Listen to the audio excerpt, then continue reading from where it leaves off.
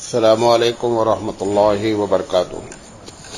الحمد للہ رب العالمین والعاقبۃ للمتقین والصلاۃ والسلام علی رسولہ الکریم۔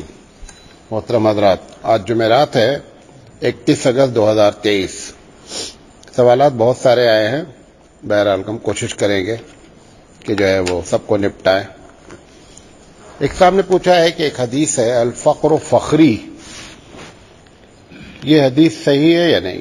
یعنی فقر میرا فخر ہے، یہ حدیث صحیح نہیں ہے اور یہ بے اصل ہے۔ ملا علی قاری اور بھی بہت سے جو ہے وہ ہمارے علماء نے کہا ہے کہ یہ حدیث سند کے لحاظ سے ایک دم صحیح نہیں ہے۔ ایک صاحب نے پوچھا ہے کہ تائب میں اور عابد میں افضل کون ہے؟ سب سے پہلی بات تو یہ ہے کہ ان دونوں کا موازنہ کرنا ہی نہیں چاہیے۔ تائب وہ ہوتا ہے جو توبہ کرتا ہے، عابد وہ ہوتا ہے جو عبادت کرتا ہے۔ یہ ایک الگ بات ہے کہ بعض لوگ تائب کی بڑی فضیلت بیان کرتے ہیں اور فضیلت کی دو وجہ بیان کرتے ہیں۔ میں یہ نہیں کہہ رہا عابد سے افضل ہے، تائب کی فضیلت کی بات ہے۔ جب کوئی آدمی توبہ کرتا ہے تو سب سے پہلی بات تو یہ طے ہے کہ اس کے اندر خوف خدا ہے، تبھی وہ توبہ کرتا ہے، اور دوسری چیز یہ ہے کہ وہ اللہ کی رحمت کی امید کرتا ہے۔ ان دونوں بنیاد پر جو ہے اللہ کے رسول صلی اللہ علیہ وسلم فرمایا تائب من الذنب کمن لا ذنب لہ، کہ گناہوں سے توبہ کرنے والا ایسا ہے گویا کہ اس نے گناہ کیا ہی نہیں ہے، لیکن یہ نہیں کہہ سکتے کہ وہ عابد سے افضل ہے۔ پوچھا گیا ہے کہ بیت اللہ پر پرندے نہیں اڑتے ایسا مشہور ہے، اس کی کیا حقیقت ہے؟ جہاز کے بارے میں تو قانونی لحاظ سے ہے کہ یہ نو فلائی زون کہلاتا ہے۔ بہت سے دنیا میں جگہ ہیں کہ جہاں پر جہاز کو اوپر سے اڑنے کی اجازت نہیں ہوتی ہے، بیت اللہ بھی نو فلائی زون میں آتا ہے، لیکن پرندے بھی نہیں اڑتے ہیں ایسی کوئی حدیث ہمارے پاس نہیں ہے، اور بعض لوگوں کا مشاہدہ اس کے خلاف بھی ہے۔ ایک صاحب نے پوچھا ہے کہ ایک صاحب نے مجھ سے قرض لیا تھا اور وہ ان کا انتقال ہو گیا، اور میں اگر ان کو معاف کر دوں تو وہ مجھے کیا صدقے کا ثواب ملے گا؟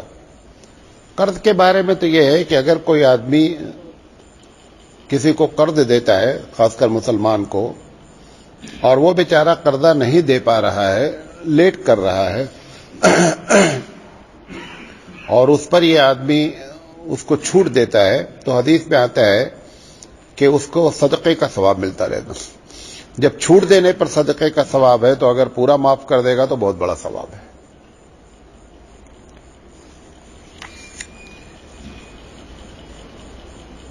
پوچھا گیا ہے کہ اگر حقوق العباد یعنی بندوں کے حقوق کے خلاف اگر کسی نے کوئی کام کیا ہے تو اس کی توبہ کس طرح کی؟ دیکھیں، توبہ میں 3 شرطیں ہوتی ہیں، لیکن اگر بندے کے خلاف کوئی کام ہوا ہے تو 4 شرط ہے۔ پہلی شرط یہ ہے کہ جو گناہ کیا ہے اس گناہ میں وہ شرمندہ ہو، دوبارہ نہ کرنے کا ارادہ کرے، جس کے خلاف کیا ہے اس سے جا کر کے معافی مانگے، اور جو چیز اس کی ہوئی ہے، مثال کے طور پر اس کا پلاٹ مارا ہے، اس کا پیسہ مارا ہے، تو وہ چیز واپس کرے۔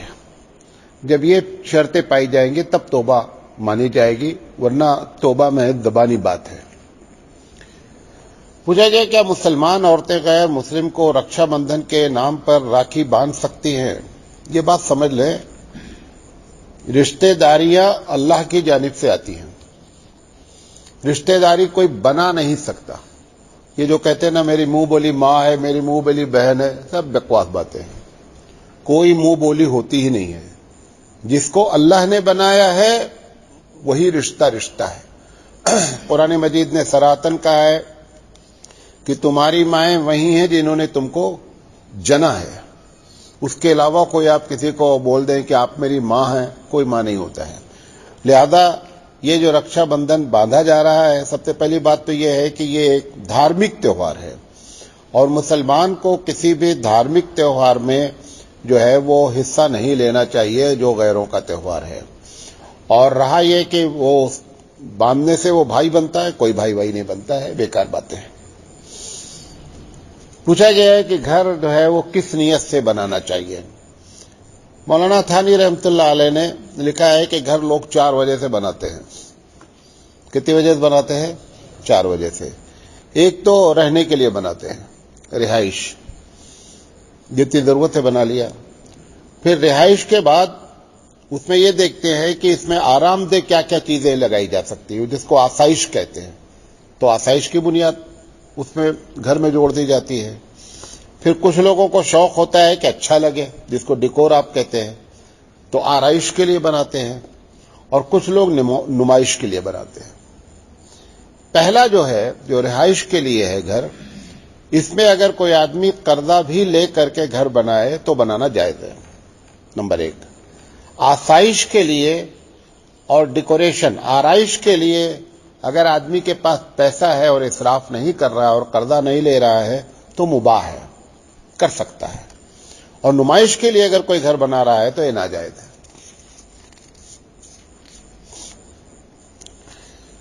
ایک صاحب نے پوچھا ہے کہ حضرت عمر رضی اللہ تعالیٰ عنہ کے بارے میں ایک واقعہ مشہور ہے کہ ایک مرتبہ حضرت عمر رضی اللہ تعالیٰ عنہ کے زمانے میں ایک بڑھیا کہیں جا رہی تھی اور اس کے پاس تیل کا کوئی ڈبہ تھا اور وہ تیل زمین پر گر گیا اور زمین کے نیچے چلا گیا. حضرت عمر رضی اللہ تعالیٰ عنہ وہاں سے گزرے تو بڑھیا رو رہی تھی. پوچھا کیا ہوا؟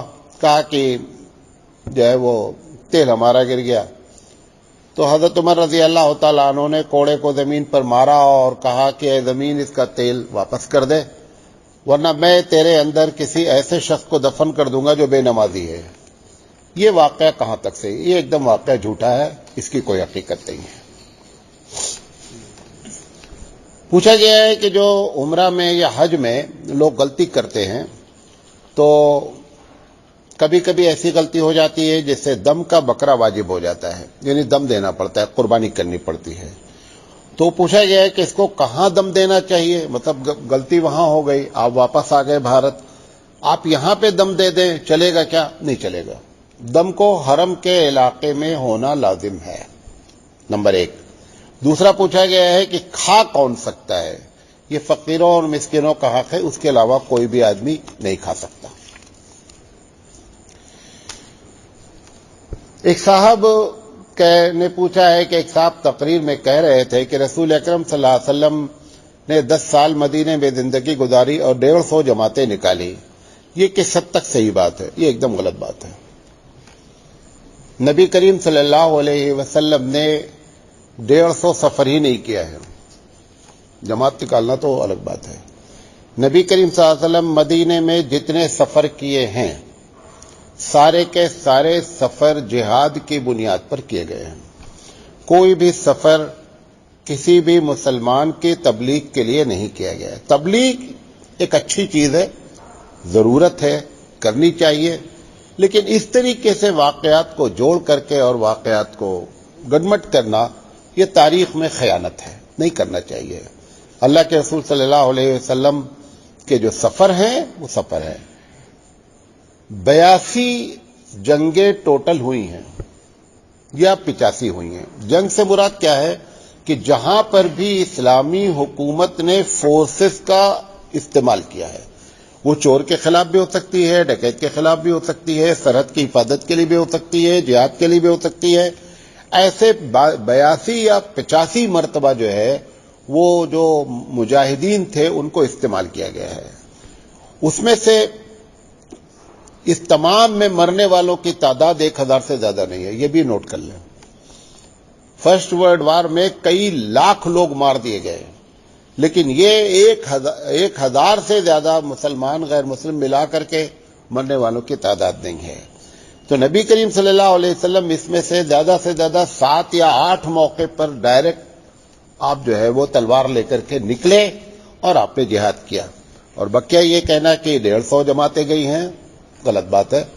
اور ایسی باتیں کہنے سے پہلے میری بات یہ سمجھ میں نہیں آتی کہ ثواب کمانے کے لیے جھوٹ بولنے کی کیا ضرورت ہے.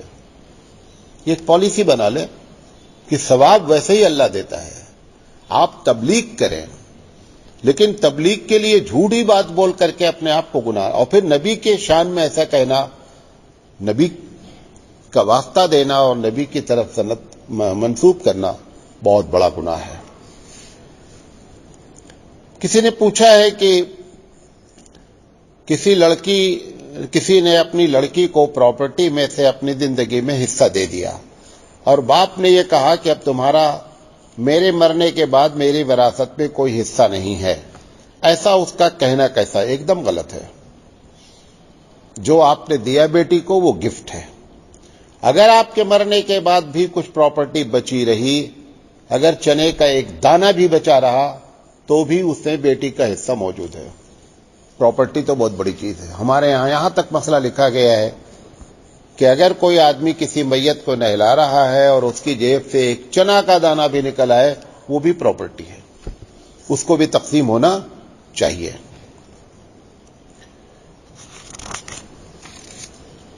پوچھا گیا اگر نکاح ہوا شرعی لحاظ سے، یعنی مسلمان، اور اس کے بعد شوہر جو ہے وہ مرتد ہو گیا تو نکاح ٹوٹا یا نہیں ٹوٹا؟ فوراً نکاح ٹوٹ جائے گا۔ جیسے ہی مذہب بدلا، شوہر نے دوسرا دھرم قبول کر لیا، اسی ٹائم پہ نکاح اپنے آپ کیا ہو گیا؟ ٹوٹ گیا، مرتد ہو گیا۔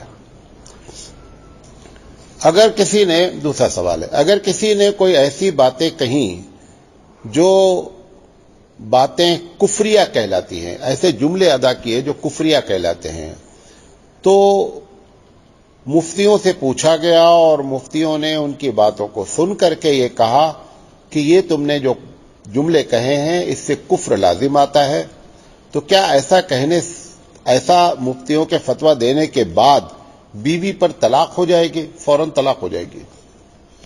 اگر کسی آدمی نے کفریہ جملے کہے تو بیوی پر طلاق ہو جائے گی اور طلاق بائنہ ہوگی۔ طلاق بائنہ کا مطلب یہ ہے کہ یہ رجوع نہیں کر سکتا ہے جب تک کہ دوبارہ تجدید نکاح نہ کرے اور اپنے کفریہ جملے سے توبہ نہ کرے، تب تک یہ رجوع اور بیوی کو بیوی نہیں بنا سکتا ہے۔ اور اس کے بعد اگر وہ مثال کے طور پر بائنہ طلاق ہو گئی، اب بیوی تیار ہی نہیں ہے اپنے شوہر کے ساتھ رہنے کے لیے، تو اس کو بھی عدت گزارنے کے بعد اس کو اختیار ہے کہ وہ اپنے پہلے شوہر کے پاس نہ جا کر کے کسی سے شادی کر لے۔ ایسا بھی وہ کر سکتی، اس کو یہ بھی اختیار ہے۔ پوچھا گیا ہے کہ لوگ تاریخ میں اشوک کو اور چندرگپت موریہ کو ہندو بتاتے ہیں، اس پر آپ کی کیا تحقیق ہے؟ یہ دونوں بودھ دھرم کے ماننے والے تھے، یہ دونوں ہندو تھے ہی نہیں۔ یہ لوگوں نے جان بوجھ کر اشوک ایک بڑا آدمی ہے لہذا اس کی طرف کیا کر دیا؟ ہندو دھرم کو منسوب کر دیا۔ یہ اشوک اور یہ دو کے دونوں جو ہیں تاریخ میں کیا ہے؟ یہ بودھ دھرم کے ماننے والے تھے۔ پوچھا گیا ہے کہ کچھ لوگ غیر مسلمین سے شادی کرتے ہیں تو وہ نکاح ہوتا ہے کہ نہیں؟ یہ سمجھوتا ہوتا ہے، نکاح نہیں ہوتا ہے۔ اور دونوں آدمی روزانہ زنا کرتے ہیں، ان سے پیدا ہونے والی اولاد کو باپ کے اس میں کوئی بھی حصہ نہیں ملے گا، بلکہ اگر باپ کا نام بھی لکھنا چاہے تو بھی شرعی لحاظ سے جائز نہیں ہے۔ یہ نکاح ہوا ہی نہیں ہے، اس کو نکاح کا لفظ دینا یا کہنا یہ نکاح نہیں ہوتا ہے۔ پوچھا گیا ہے کہ مولانا صاحب اگر توحید کی محنت کی جائے تو کیا شرک اپنے آپ ختم ہو جائے گا؟ کبھی نہیں ختم ہوگا۔ یہ فارمولہ ایک دم غلط فارمولہ ہے۔ اگر یہ بات ہوتی کہ آپ توحید کے لیے محنت کریں اور شرک ختم ہو جائے گی تو پھر ہمارا کلمہ ایسا ہونا چاہیے تھا، اللہ واحد محمد رسول اللہ، کہ اللہ ایک ہے اور محمد صلی اللہ علیہ وسلم اس کے رسول ہیں، یہ کلمہ ہونا چاہیے تھا۔ اور رہا ایک اللہ کو ماننے کی بات، تو عبد المطلب بھی مانتے تھے، ابو جہل بھی مانتا تھا، ابو طالب بھی مانتے تھے، سب ایک اللہ کو مانتے تھے۔ پرابلم آتی ہے کہاں؟ کہ اللہ ہی سب کچھ کرتا ہے۔ آپ کہتے ہیں کہ عبد القادر جیلانی رحمۃ اللہ علیہ مشکل کشا ہے، حضرت علی مشکل کشا ہیں۔ کوئی مشکل کشا نہیں ہے، مشکل کشا صرف ایک ہے۔ وہ کون ہے؟ وہ اللہ ہے۔ اس بات کو یاد رکھے، یہ ٹیبل وزنی ہے۔ میں آپ سے کہتا ہوں کہ آپ پکڑیے اس کو، اٹھا کر کے وہاں رکھتے ہیں۔ یہ ہماری کمزوری ہوئی ہے۔ اللہ کمزوریوں سے فری ہے، پاک ہے، اللہ کے پاس کوئی کمزوری، اس کو کیا ضرورت پڑی ہے کہ مشکل کشا عبد القادر جیلانی کو بنا دے. یہ تو وہ آدمی کام کرتا ہے، وہ ذات کام کرتی ہے جو خود کا سارے کام نہیں کر سکتی ہے.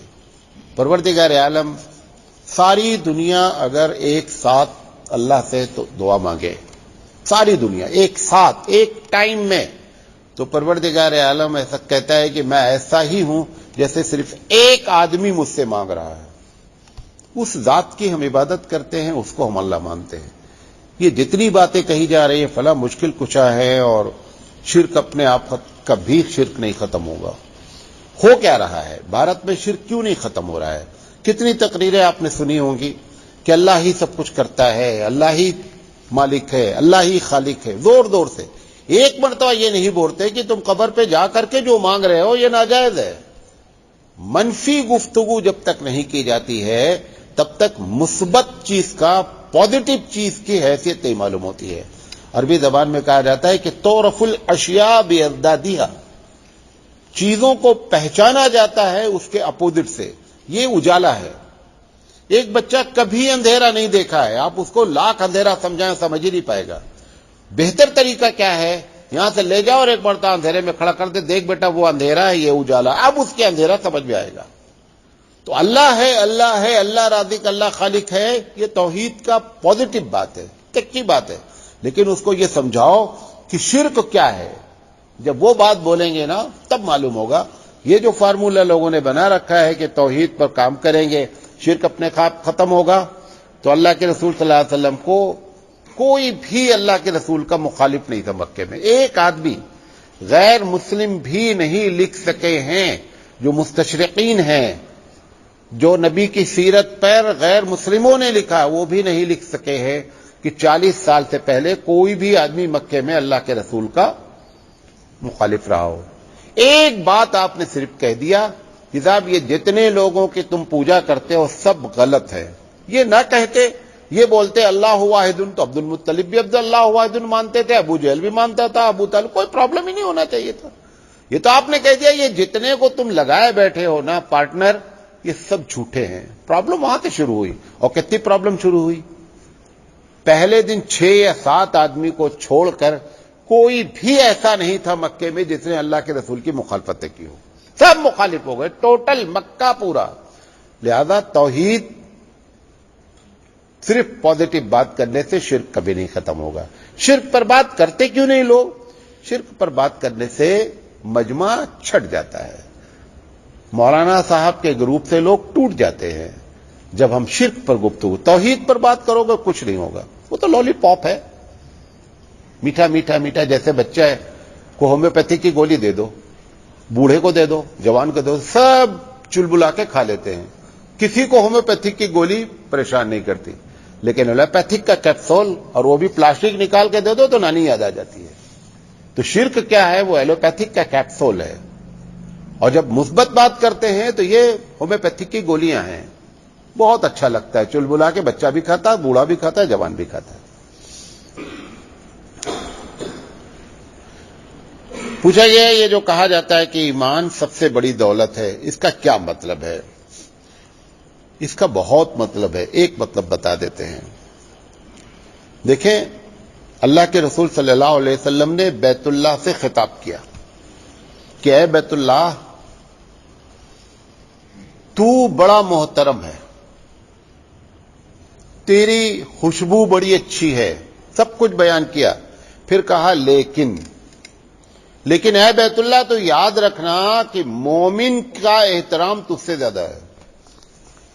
تو مومن کے احترام کی بنیادی وجہ جو ہے وہ اس کا ایمان ہے. وہ ایمان جو توحید پر مبنی ہے اور شرک سے بیزار ہے. یہ مومن اللہ کی نگاہ میں اتنا ویلیویبل ہے، اتنا زیادہ ہے. اللہ کے رسول فرماتے ہیں کہ ایک آدمی بھی اس زمین پر ایمان والا اگر موجود رہا تو قیامت کو روکا جائے گا کہ ابھی ایک بندہ میرا ایمان والا موجود ہے. اتنی ویلیو ہے مومن کی. لہذا یہ جو کہا جاتا ہے کہ ایمان بڑی دولت ہے، اس کا ایک معنی. دوسرا معنی اور سمجھ لیں، جتنا بھی مومن گناہ کیا ہو، چاہے پوری زندگی گناہ کیا ہو، لیکن اگر دل سے وہ توحید کا قائل ہے، شرک سے بیزار ہے، اس کو ایک نہ ایک دن اپنے گناہ کی سزا بھگتنے کے بعد اس کا آخری ٹھکانہ کیا ہے؟ جنت ہر حال میں ہے۔ یہ مطلب ہے کہ ایمان بڑی دولت ہے۔ واللہ اعلم۔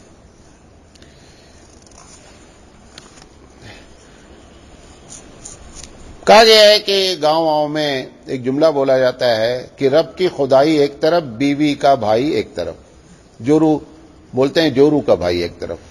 یہ جملہ کہنا کیسا ہے؟ صحیح نہیں ہے، نہیں بولنا چاہیے، یہ ادب کے خلاف ہے، اور ایسا کہنا ہو سکتا ہے کہ آپ کو کفر کی طرف لے کے چلا جائے۔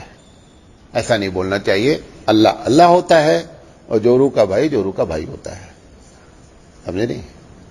اسی طریقے سے ایک جملہ اور بولا جاتا ہے کہ اللہ کے ہاں دیر ہے، اندھیر نہیں ہے۔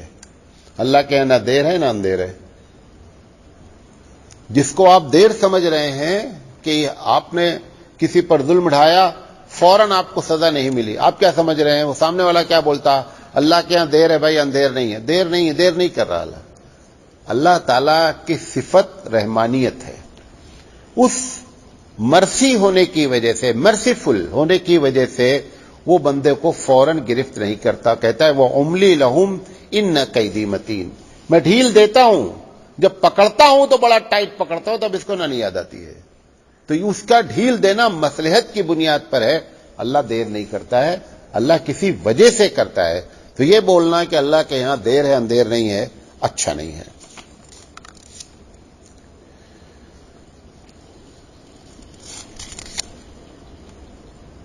پوچھا جائے مولانا صاحب کوئی ایسی ترتیب بتائیے کہ لوگ مسجد اور مدرسے میں چندہ زیادہ دیں تاکہ مسجد مدرسے کا نظام بہت خوبی چل سکے۔ جو بچہ پیدا ہوتا ہے، چھوٹا بچہ پیدا جو ہوتا ہے، تو بعض بچے بہت دودھ پیتے ہیں اور بعض بچے کم پیتے ہیں۔ جو بچے زیادہ دودھ پیتے ہیں، پروردگار عالم ان کی ماں کو زیادہ دودھ دیتا ہے کیونکہ زیادہ پیتے وہ، اور جو بچے کم دودھ پیتے ہیں، رب ذوالجلال ان کی ماں کو کم دودھ دیتا ہے۔ زیادہ دینے کی ضرورت کیا ہے؟ یہ مدرسے اور مسجد والوں کو چندہ بڑھانے کی ترکیب یہ ہے کہ مسجد کے مؤذن اور امام کی تنخواہ خوب بڑھا دو۔ جب پبلک کو یہ معلوم ہوگا کہ تنخواہ بڑھی ہے تو وہ اپنی جیب خالی کریں گے۔ جب ان کو معلوم ہے تم تنخواہ کم دیتے ہو، لہذا وہ کم چندہ دیتے ہیں۔ ایک سوتری کاریکرم ہے۔ اسی طرح مدرسے کا ہے کہ مدرسے والے مدرسوں کی مدرسین کی تنخواہ بڑھا دیں اور لوگوں میں، پبلک میں یہ بات معلوم ہو جائے کہ بھیا یہاں تو بہت زیادہ تنخواہیں، خود بخود لوگ کیا کریں گے؟ چندہ دیں گے۔ چندہ کے لیے سفیر کے کرنے سے زیادہ فائدہ نہیں ہے، پالیسی بدلو، پالیسی بدلیں گے اللہ جیب خالی کرائے گا۔ بلکہ دو ایک مسجدوں کے بارے میں جانتا ہوں کہ انہوں نے اعلان کر دیا میرے کہنے پر کہ بھیا یہاں کے مؤذن کی تنخواہ اتنی ہے اور ان کی، اور وہ جو جمعہ کے دن ڈبہ رکھا رہتا ہے یا لے کر کے جو گھومتے ہیں، دگنی تگنی جو ہے وہ جمعہ میں آمدنی بڑھ گئی۔ تو یہ فارمولا میری سمجھ سے اچھا ہے۔ پوچھا گیا مولانا صاحب اگر کوئی آدمی بڑی عمر میں عقیقہ کراتا ہے تو کیا اس کو بھی اپنے سر کے بال منڈوانا ضروری ہے؟ دیکھیں، اصل سر کے جو بال منڈوانے کی پالیسی ہے نا، وہ پہلا بال ہے۔ پیدا ہونے کے بعد جو بال ہے اس بال کو منڈایا جائے، چاہے لڑکی ہو چاہے لڑکا ہو، اور اس کے برابر چاندی صدقہ کی جائے۔ اب وہ پیریڈ ختم ہو گیا، اب اس کے بعد 15 سال، بہت سی جگہ تو ایسا ہے کہ نکاح جب اس وقت تک نہیں مانتے ہیں جب تک کہ عقیقہ نہ ہو جائے۔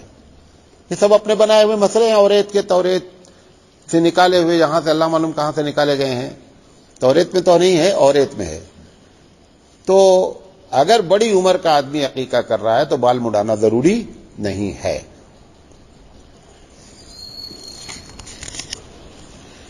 پوچھا گیا بغیر تحقیق کے کسی حدیث کو یا حدیث کے مفہوم کو فارورڈ کرنا کیسا ہے؟ بہت بڑا گناہ ہے۔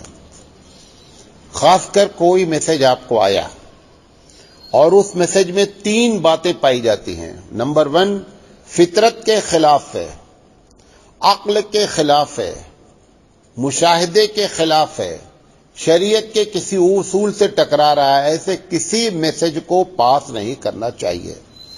ابھی آپ کو بتائیں یہ آیا کیسے۔ ایک صاحب نے ویڈیو بھیجا اچھا سارے لوگ چاہتے ہیں مولانا کو پہنچ جانا چاہیے.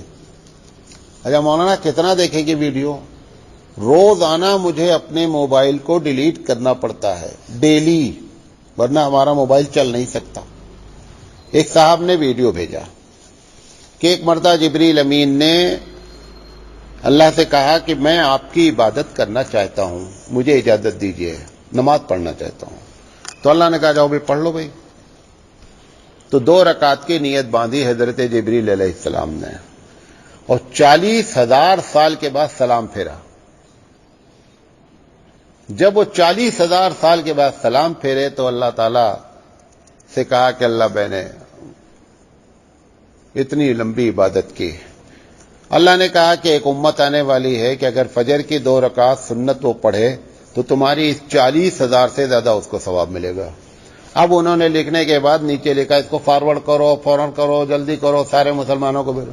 ٹوٹل جھوٹ ہے، عقل کے بھی خلاف، فطرت کے بھی خلاف، نقل کے خلاف، عقل کے خلاف، سب خلاف. لیکن چونکہ لوگوں کو شارٹ کٹ سے جنت جانے کا شوق ہے لہذا وہ پہنچا دیتے. شارٹ کٹ جنت کا کوئی راستہ نہیں ہے. بے مطلب کا اپنے آپ کو ہلاکان نہیں کرو، سمجھے. ایک طبقہ لگا ہوا ہے وظیفہ کر کے جنت میں چلا جائے گا. جنت کی منیمم جانے کی 3 پالیسی یاد رکھو، یہی آدمی جنت پہ جائے گا. نمبر 1 فرائض کو چھوڑتا نہ ہو. نمبر 2 حرام کے قریب جاتا نہ ہو. لوگوں کے حقوق مارتا نہ ہو. یہ 3 کوالٹی کسی بھی مومن کے اندر ہوگی وہ انشاءاللہ جنت میں جائے گا. اور بقیہ جو آپ ترکیب لگائے ہوئے ہیں غلط فہمی میں مبتلا ہیں، وہ ساری ترکیبیں اگر صحیح ہیں تو آپ کے لیے پلس پوائنٹ ہوتا ہے. جیسے میں ایک مثال دیتا ہوں، کبھی کبھی کالج میں ایڈمیشن کے لیے ایک شرط ہوتی ہے کہ بھئی 55% ہم جب ہوگا تو ہم پی یو سی فرسٹ ایئر میں 11th میں ایڈمیشن لیں گے. لیکن اگر کوئی بچہ اچھا اسپورٹس مین ہوا، کوئی بچہ اچھا ڈیبیٹ کرنے والا ہوا تو اس کو ہم 3 پوائنٹ اور دے دیں گے. یہ پوائنٹ اس کے بڑھ کر کے اس کے نمبر کو انکریز کر دیں گے. اب اتنا نمبر اس نے دیکھا کہ 55 نمبر تو اس کا ہے، بقیہ سارے ایکسٹرا نمبر ہیں.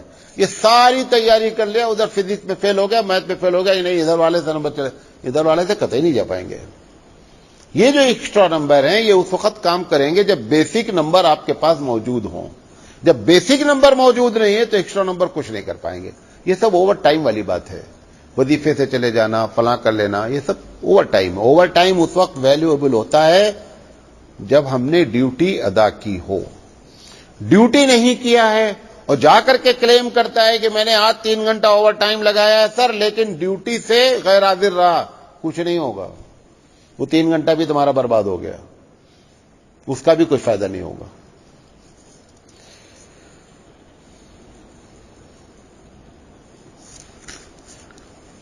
پوچھا گیا عورتوں کے لیے سر کے بال کٹوانے کا کیا حکم ہے. میں پچھلے 20 سال سے اس مسئلے میں لوگوں سے تحقیق کر رہا ہوں. عورتوں کے بارے میں کوئی ایسی حدیث نہیں ہے کہ عورت اپنا بال نہیں کاٹ سکتی. حدیث کیا ہے؟ نمبر 1 عورت حلق نہیں کرنا. حلق سمجھتے ہیں؟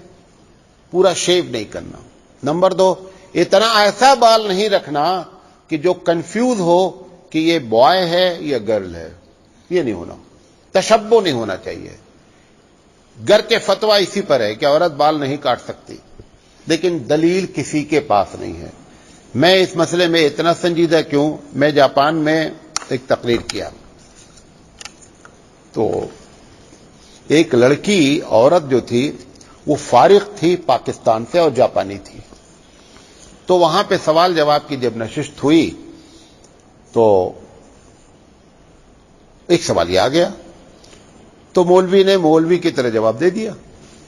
جیسا جانتا تھا وہی ہم نے پڑھا بھی تھا. تو اس نے کھڑے ہو کر کے اعتراض کیا کہ آپ نے جو بات کہی اس پر دلیل دیجیے، حدیث پیش کیجیے. مولانا صاحب اس دن سے آپ تک حدیث تلاش رہے. میں نے اس سے رجوع کر لیا. میں نے صاف صاف بتا دیا بھیا میری تحقیق نہیں ہے، جو مفتہ بہی قول تھا وہ میں نے بتا دیا، فتویٰ اسی پر ہے، لیکن دلیل آپ جو مانگ رہی ہیں دلیل ہمارے پاس نہیں ہے۔ مولانا تھانوی رحمۃ اللہ علیہ کی کتاب بہشتی زیور میں یہ مسئلہ لکھا ہوا ہے۔ اب بہشتی زیور جو نیا پرنٹ ہو رہا ہے اس کا نام ہے مدلل بہشتی زیور، یعنی اس پہ سب مسئلے کی کیا کی گئی ہے، دلیل دی گئی ہے۔ جہاں یہ مسئلہ لکھا ہے وہاں دلیل نہیں لکھی ہے، بلکہ بتانا نہیں چاہیے، بتا دے رہا ہوں، کسی کو بتاؤ گے تو نہیں ہے۔ ایک حدیث یہ ہے، مجھے حدیث کی یہ تحقیق نہیں ہے کہ اس کا درجہ کیا ہے، لیکن کنز العمال میں یہ حدیث نقل ہے۔ خیر کنز العمال حوالہ نہیں ہوتا حدیث کا کبھی بھی، اس کی تحقیق ہونی چاہیے۔ حدیث میں یہ لکھا ہے کہ ان بعض ازواج النبی صلی اللہ علیہ وسلم یاخذن رؤوسہن کانہا الوفرہ، کہ نبی کریم صلی اللہ علیہ وسلم کی بعض بیویاں اپنا بال ایسے کاٹے ہوئے تھیں گویا کی پٹا لگ رہا تھا۔ طاہر القادری صاحب نے اس کی وہ کیا، طاہر القادری صاحب بھی بہت پہنچے ہوئے ہیں۔ طاہر القادری صاحب نے کہا کہ یہ اس وقت کی بات ہے کہ جب نبی کریم صلی اللہ علیہ وسلم کی وفات ہوئی تو ان بیویوں نے غم کی وجہ سے ایسا کر لیا۔ اچھا، غم کی وجہ سے حرام کام کرنے کی کیا ضرورت ہے؟ اگر بال کاٹنا نعوذ باللہ بقول آپ کے حرام ہے تو غم میں حرام کام کر لیا جائے؟ تو ایسی باتیں لوگ کرتے ہیں۔ بہرحال فتویٰ جو ہے وہ یہ ہے کہ نہیں کاٹنا چاہیے، لیکن کسی کے پاس دلیل موجود نہیں ہے۔ دو چیزوں پر جمہور کا اتفاق ہے، منڈانا حرام ہے، تشبہ بالرجال، آدمی کی طرح عورت بال رکھے، پیچھے سے کنفیوز ہو جائیں آپ کہ شی جا رہی ہے ہی جا رہا ہے، تو ایسی شکل میں جو ہے ایسا بال نہیں رکھنا چاہیے۔ یہ تو سب کے نزدیک متفق ہے۔ لیکن اگر مثال طور پر ایک عورت کے بال 2.5 فٹ لمبے ہیں، اس نے نیچے سے 6 انچ کاٹ دیا، اب کسی مفتی صاحب سے پوچھو کہ یہ جو کیا غلط کیا ابھی بھی 2 فٹ اس کے باقی ہیں۔ کرناٹک میں، تمل ناڈو میں، آندھرا میں عورتوں کے بال بہت ہوتے ہیں، لمبے ہوتے ہیں، 3 فٹ میں سے 1 فٹ کاٹ دیا تو بھی 2 فٹ بچا۔ تو یہ کرنا ناجائز ہے، اس پر ہمارے پاس کوئی دلیل نہیں ہے۔ بہرحال کسی کو اگر برا لگے تو مجھے معاف کر دے، لیکن جو صحیح بات ہے وہ آپ کو بتا دیا ہے، واللہ اعلم۔ ایگزام نے پوچھا ہے میڈک کا پیشاب اور پائخانے کا کیا حکم ہے؟ جو جانور کھائے نہیں جاتے ہیں ان سب کے لیے ہے کہ وہ نجاست غلیظہ ہے، ناپاک ہے۔ پوچھا گیا ہے اگر قبر بیٹھ گئی ہے تو اس کو بیٹھ گئی مطلب دھنس گئی، نیچے چلی گئی ہے، تو اس کو درست کرنے کا کیا حکم ہے؟ کیا ضرورت ہے درست کرنے کی؟ درست کرو تو کھڑے ہو جائیں گے حضرت، اندر جو ہیں بھی کوئی ایسا کام کرے یار جو جس پہ تھوڑا سا فائدہ ہو۔ اگر اس کو درست کر دو گے، لے جا کر کے شب بارات میں جا کر کے چونا مار دو گے تو حضرت کو روشنی پہنچ جائے گی اندر کہ بڑا اچھا تگڑا جو ہے وہ مال مار دیا انہوں نے۔ سب بیکار کی باتیں ہیں۔ قبر کو تینوں باتیں یاد رکھیں، قبر کو پکی بنانا ناجائز، قبر پہ تعمیر کرنا ناجائز، قبر کو زندہ کرنا ناجائز، قبر پہ کدبہ لگانا ناجائز۔ یہ ساری کیونکہ اگر سارے لوگ قبر کو ایسے ہی کرنے لگیں گے تو رہو گے کہاں؟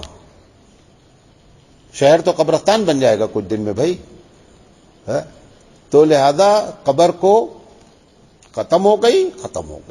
ہمارے یہاں یہ مسئلہ لکھا ہوا ہے کہ اگر آپ نے قبرستان میں قبر کھو دی اور نیچے سے ہڈی وغیرہ نکل آئی، وہ ہڈی کو آپ احترام سے نکال لیں اور اسی قبر میں کیا کر دیں، اس کو بھی بعد میں دفن کرتے، ختم ہو گئی بات۔ یہ مسئلہ ہے۔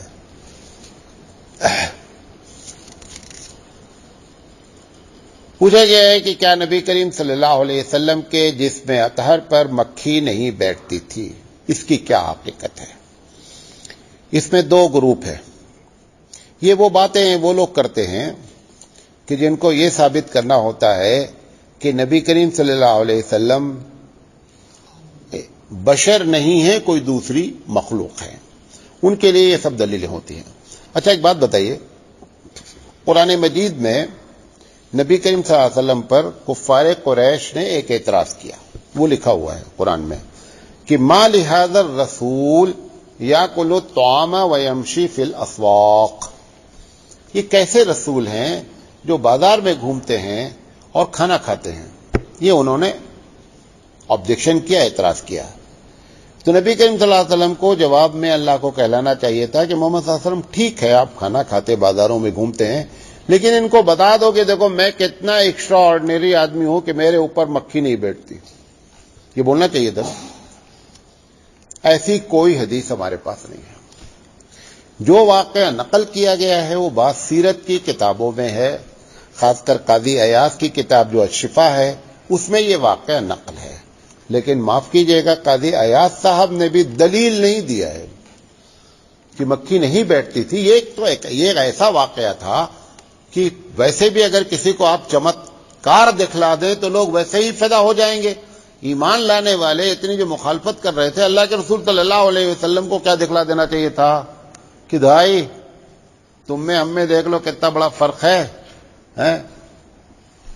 مکھی نہیں بیٹھتے میرے اوپر. یہی ایک بات صرف تبلیغ کرتے, خود بخود لوگ کیا کرتے, ایمان لے آتے. اسی طریقے سے نبی کریم صلی اللہ علیہ وسلم کے بارے میں ہے, وہ بھی سوال آیا ہے کہ نبی کریم صلی اللہ علیہ وسلم جب چلتے تھے تو آپ کا شیڈو, سایہ نہیں ہوتا تھا. یہ بات بھی ایک دم جھوٹی ہے. اب کسی سے اگر آپ کہیں تو وہ کہتا ہے اچھا مولانا صاحب یہ بتاؤ کہ نبی کو سایہ تھا, یہ دلیل کہاں ہے؟ آپ لوگوں کو ایک اصول بتا دیں, فطرت کے خلاف بات جو کر رہا ہے دلیل وہ دے گا. سب کو سایہ ہوتا نہیں ہوتا ہے, ہوتا ہے. جو کہہ رہا ہے نہیں ہے دلیل وہ دے. وہ الٹا چور کوتوال کو ڈانٹا ہے, ہم سے دلیل پوچھ رہا ہے. عامر عثمانی صاحب نے اس پر پوری بحث کی, اور عامر عثمانی صاحب رحمت اللہ علیہ نے, وہ تو جب کسی کے خلاف لکھتے تھے نا تو قلم بھی پناہ مانگتا تھا. اتنی دلیل دیتے تھے کہ سامنے والا منہ بند کر لینا.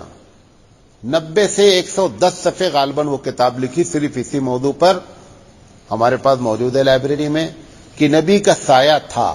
اور اتفاق سے انہوں نے ایک ایسی حدیث پیش کر دی کہ جس میں سایہ کا ذکر ہے. چرچے کو ہم اس کے محتاج نہیں ہیں کہ دلیل دیں, لیکن ایک حدیث انہوں نے نقل کر دی.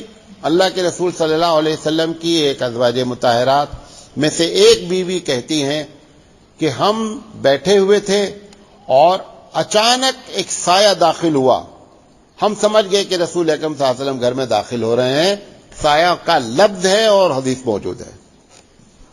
لہذا یہ حدیث بھی جو ہے سیرت کی کتابوں میں لکھا ہوا ہے مکھی نہیں بیٹھتی تھی, لیکن دلیل کسی کے پاس نہیں ہے. اور 100% چانس ہے کہ جو انسانی کمزوریاں ہیں وہ نبی کریم صلی اللہ علیہ وسلم انسان ہیں, اور انسانی کمزوری ہونا کوئی کسی کی بے عزتی تھوڑا ہے. نہ اس کے بھائی ایک آدمی کہہ رہا مجھے بھوک لگ رہی ہے, آپ اتنے بڑے مولانا ہو کر آپ کو بھوک لگتی ہے, شرم نہیں آتی ہے؟ یہ مولانا کی توہین ہو گئی. مولانا کو اگر بھوک لگ گئی تو مولانا صاحب آپ بھول جاتے ہیں, اتنے بڑے مولانا ہو کر بھول جاتے ہیں. ابے بھولنا ہماری صفت ہے یار, ہم انسان ہیں. نبی کے بارے میں یہ بھی مشہور ہے کہ نبی کریم صلی اللہ علیہ وسلم جب پیشاب پاخانہ کرتے تھے زمین کیا کرتی تھی, نگل لیتی تھی. یہ بھی جھوٹی روایت ہے, یہ بھی جھوٹ ہے. یہ مکھی والی بھی صحیح نہیں ہے, سائے والی بھی صحیح نہیں ہے. کچھ لوگوں نے کہا نبی کریم صلی اللہ علیہ وسلم کو اونگ نہیں آتی تھی. اونگ پہلے آتی ہے, نیند بعد میں آتی نا, کہ پہلے نیند آتی پھر اونگ آتی ہے. ہمیں یار بیٹھے دیکھو وہ 3 آدمی اونگ رہے, دیکھو چھپ کے اونگ رہے ایسے. پہلے آدمی کو اونگ آتی ہے, بعد میں نیند آتی ہے. اللہ کے رسول صلی اللہ علیہ وسلم ایک جنگ سے واپس آ رہے ہیں. حضرت بلال رضی اللہ تعالیٰ عنہ سے کہا کہ دیکھو یہ بہت خطرناک وقت ہے, صبح کا وقت ہے, نماز فجر کا مسئلہ ہے, اور اگر اس وقت سوئے تو پھر سوتے رہ جائیں گے. بلال رضی اللہ تعالیٰ نے کہا آپ لوگ ایک دم چنتا نہیں کرو, سب سو جاؤ, میں جگ رہا ہوں, میں سب کو جگا دوں گا فجر میں. بلال رضی اللہ تعالیٰ عنہ بیٹھ گئے, اپنا اونٹ تھا اسی کو اونٹ ٹیک لگا کر بیٹھ گئے, اور جو سارے لوگ سو گئے, اللہ کے رسول بھی سو گئے. اونگ نہیں آتی بتا رہے ہیں, اور پوری صحیح حدیث موجود ہے, اللہ کے رسول سو گئے. اور اتنا سوئے, اور بلال رضی اللہ تعالیٰ عنہ بیچارے کیا ہوئے, وہ ٹیک لگائے تو وہ بھی سو گئے. پورے لوگ مجاہدین سو گئے, حبیب مصطفیٰ سو گئے, بلال بھی سو گئے, اور اتنا سوئے کہ سورج نکلا اور نبی کے چہرے پر پڑا اور گرمی سے آپ اٹھے. اب جس کی زندگی میں نماز ہی نہیں چھوٹی ہو اس کے لیے تو قیامت آ گئی نا, آپ کو نہیں پتہ فرق پڑتا چلتا, لیکن جس کی زندگی میں کبھی نماز نہیں چھوٹی اس کے لیے تو قیامت آ گئی. اللہ کے رسول صلی اللہ علیہ وسلم اٹھے اور بلال رضی اللہ تعالیٰ عنہ کو بلایا گیا. بلال رضی اللہ تعالیٰ عنہ بولے دیکھو جو تم نہ سلایا وہ ہم نہ بھی سلایا, کیا کرنا, میں جان بوجھ کے تھوڑے سویا ہوں. نبی کریم صلی اللہ علیہ وسلم اتنا ناراض ہونے کے باوجود, کیونکہ فطری عمل ہو گیا, آپ صلی اللہ علیہ وسلم بلال کو کچھ نہیں ڈانٹا, کہ ایسا لگتا ہے اس علاقے میں شیطان بہت زیادہ ہیں, بابو اٹھو یہاں سے اور آگے چلو, خیمہ گاڑو اور وہاں نماز پڑھو. تو اونگ نہیں آتی تھی اور نیند آ گئی. یہ تو مطلب ایک دم سب اللہ کی صفت کو کسی طریقے سے رسول اکرم کو ثابت کرنے کا پروگرام ہے, اور اکثر و بیشتر جھوٹا پروگرام ہے. آخری سوال. ایک صاحب نے پوچھا ہے کہ مولانا میں نے بارہا یہ بات سنی ہے کہ اللہ کے رسول صلی اللہ علیہ وسلم نے فرمایا حجۃ الوداع کے موقع پر کہ میں تمہارے درمیان دو چیزیں چھوڑ کے جاتا ہوں, ترکت فیکم امرین لن تضلوا ما تمسکتم بہما کتاب اللہ و سنتی, او کما قال, کہ میں تمہارے درمیان دو چیز چھوڑ کر جاتا ہوں, ایک اللہ کا کلام, اللہ کی کتاب ہے, اور دوسرے جو ہے وہ میری سنت ہے. ان کا کہنا یہ ہے کہ ایک مولانا صاحب تقریر کر رہے تھے, انہوں نے کہا کہ ایک حدیث ایسی بھی ہے کہ اللہ کے رسول صلی اللہ علیہ وسلم نے فرمایا میں دو چیزیں چھوڑ کر جاتا ہوں, ایک قرآن ہے اور دوسرا میرا خاندان ہے. یہ صحیح بات ہے کہ نہیں؟ یہ ایک جگہ حدیث نہیں, یہ کئی جگہ ہے. مسلم شریف میں بھی حدیث ہے, ترمذی میں بھی حدیث ہے, اور یہ حدیث ایک دم صحیح ہے. لہذا وہ بھی اپنی جگہ صحیح ہے اور یہ بھی اپنی جگہ صحیح ہے. واللہ اعلم بالصواب. وآخر دعوانا ان الحمد للہ رب العالمین.